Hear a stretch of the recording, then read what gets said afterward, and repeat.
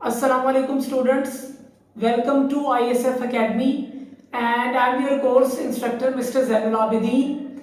As you people know that in the previous lectures we have been talking about vitamins and minerals. तो last lecture के अंदर मैंने आपको बताया था कि जो आयरन है ये क्यों ज़रूरी है और अगर आपकी बॉडी के अंदर आयरन की जो है कमी हो जाती है तो उससे कौन सी डेफिशिएंसी डिजीज़ हो सकती है, आयरन आपके जिस्म के लिए क्यों एसेंशियल है, इसके बायोलॉजिकल फंक्शंस क्या हैं, इस चीज़ को बड़ी डिटेल के साथ जो है हमने जो है डिस्कस किया हुआ है आज की क्लास के अंदर। और आज के जो लेक्चर है it is about a calcium. Calcium जो है it is one of the most abundant mineral in the human body. कि अगर आप ह्यूमन बॉडी की बात करते हैं तो बॉडी के अंदर जो सबसे ज़्यादा अबंडेंट मिनरल है, जो ज़्यादा मिकदार में मौजूद है, वो कैल्शियम है। जो कैल्शियम है basically it is a white crystalline and a metallic element. White in colour होता है और क्रिस्टलाइन इसकी नेचर है और ये मेटेलिक जो है एलिमेंट है। कैल्शियम जो है it is required for the proper formation and for the proper development of the bones, teeth as well as the development of the soft tissues। Calcium को अगर आप लेते हैं फॉस्फेट के साथ तो it will act in the form of calcium phosphate। अगर आप कैल्शियम की इंटेक करते हैं विटामिन डी के साथ then it is also a beneficial। it means कि अगर आप itself कैल्शियम ले रहे हैं या कैल्शियम को in collaboration with vitamin D या फॉस्फेट आप खा रहे हैं तो ये हड्डियों की मजबूती के अंदर, आपके दांतों के इनेमल की फॉर्मेशन के अंदर, प्लस जो आपकी बॉडी के सॉफ्ट टिश्यूज हैं उनकी डेवलपमेंट के अंदर जो कैल्शियम है it plays a pivotal role. अगर आप इसके फूड सोर्सेज की बात करते हैं कि किन फूड सोर्सेज के थ्रू जो है कैल्शियम आप अपनी बॉडी के अंदर ले सकते हैं तो इनके अंदर सोर्सेज में सबसे पहले आ जाता है मिल्क। मिल्क के अलावा आप कह लें इसमें टर्निप है, एग्स आ जाते हैं, फिश है, लेंटिल्स, कैबेज, योगर्ट, चीज, ये सारे के सारे जो है ये इसके अच्छे सोर्सेज हैं। अब जितने भी फूड सोर्सेज मैंने आपको बताए हैं इन फूड सोर्सेज के अंदर से जो डेयरी प्रोडक्ट्स हैं, डेयरी मीन्स के जिनमें दूध है, दही है, लस्सी है या पनीर है, they are the most significant and the richest sources of a calcium through which your body can easily fulfil the requirement of calcium.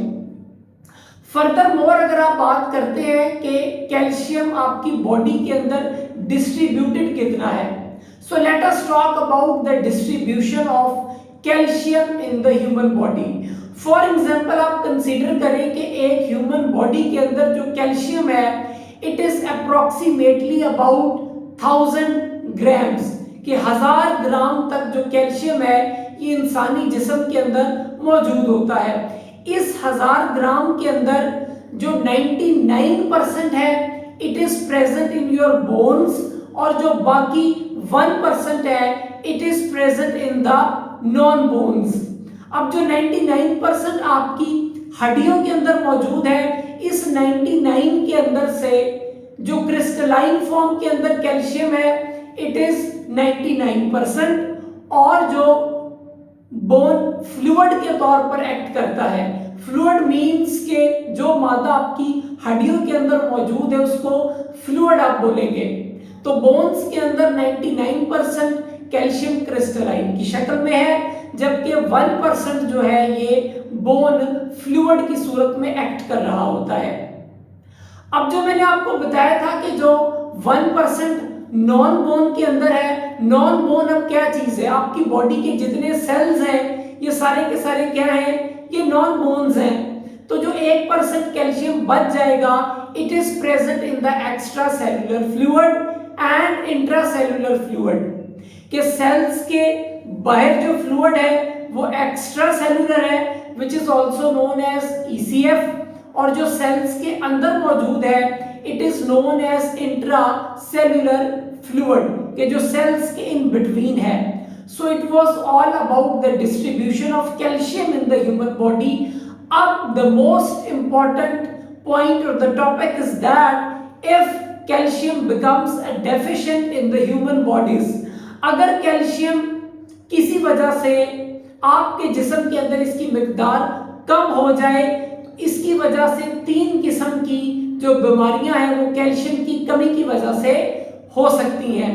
अगर तो बच्चे हैं तो जो उनकी टांगें हैं वो अंदर को मुड़ जाएंगी, उनकी ग्रोथ और जो डेवलपमेंट है हड्डियों की और बॉडी की वो रुक जाएगी, नशोनुमा नहीं हो सकेगी, और इस डेफिशिएंसी डिजीज को आप बोलते हैं रिकेट्स.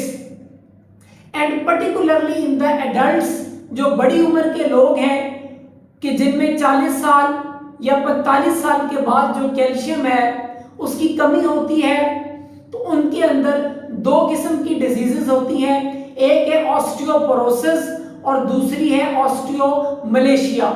जो ऑस्टियोपोरोसिस है, osteo means bone and porosis means a porous, हड्डियों का भुरभुरा हो जाना, हड्डियों का जो खालीपन है कैल्शियम के निकलने की वजह से, उस बीमारी को आप बोलते हैं ऑस्टियोपोरोसिस. और जिस बंदे को ऑस्टियोपोरोसिस होती है उसके अंदर जो हड्डियों के फ्रैक्चर के चांसेस हैं वो बहुत बढ़ जाते हैं. इसके बाद आ जाती है ऑस्टियोमलेशिया.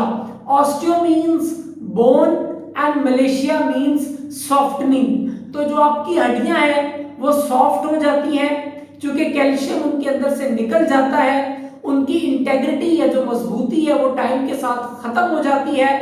तो इस किस्म की जो बीमारियां हैं अगर आप उनसे अपने आप को बचाना चाह रहे हैं तो कम से कम वो प्रेग्नेंट लेडीज हो, हामला खवातीन हो, या वो बच्चे को फीड कर रही हैं, या बाकी हर वो बंदा जो 19 ईयर से अबव का है, he or she should take 1000 milligram per day of the calcium.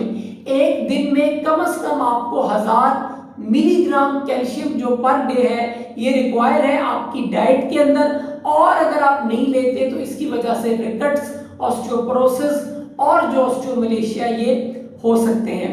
So in the upcoming lectures we shall talk about the biochemical or the medical functions of the calcium. So hopefully students आपको आज का lecture समझ आया होगा. इस तरह की मजीद videos देखने के लिए हमारे चैनल ISF अकेडमी को सब्सक्राइब करें, बेल के आइकन को प्रेस करें ताकि इस किस्म की मजीद वीडियोस आपको मिल सके. अस्सलाम वालेकुम टू ऑल ऑफ यू. अल्लाह हाफिज.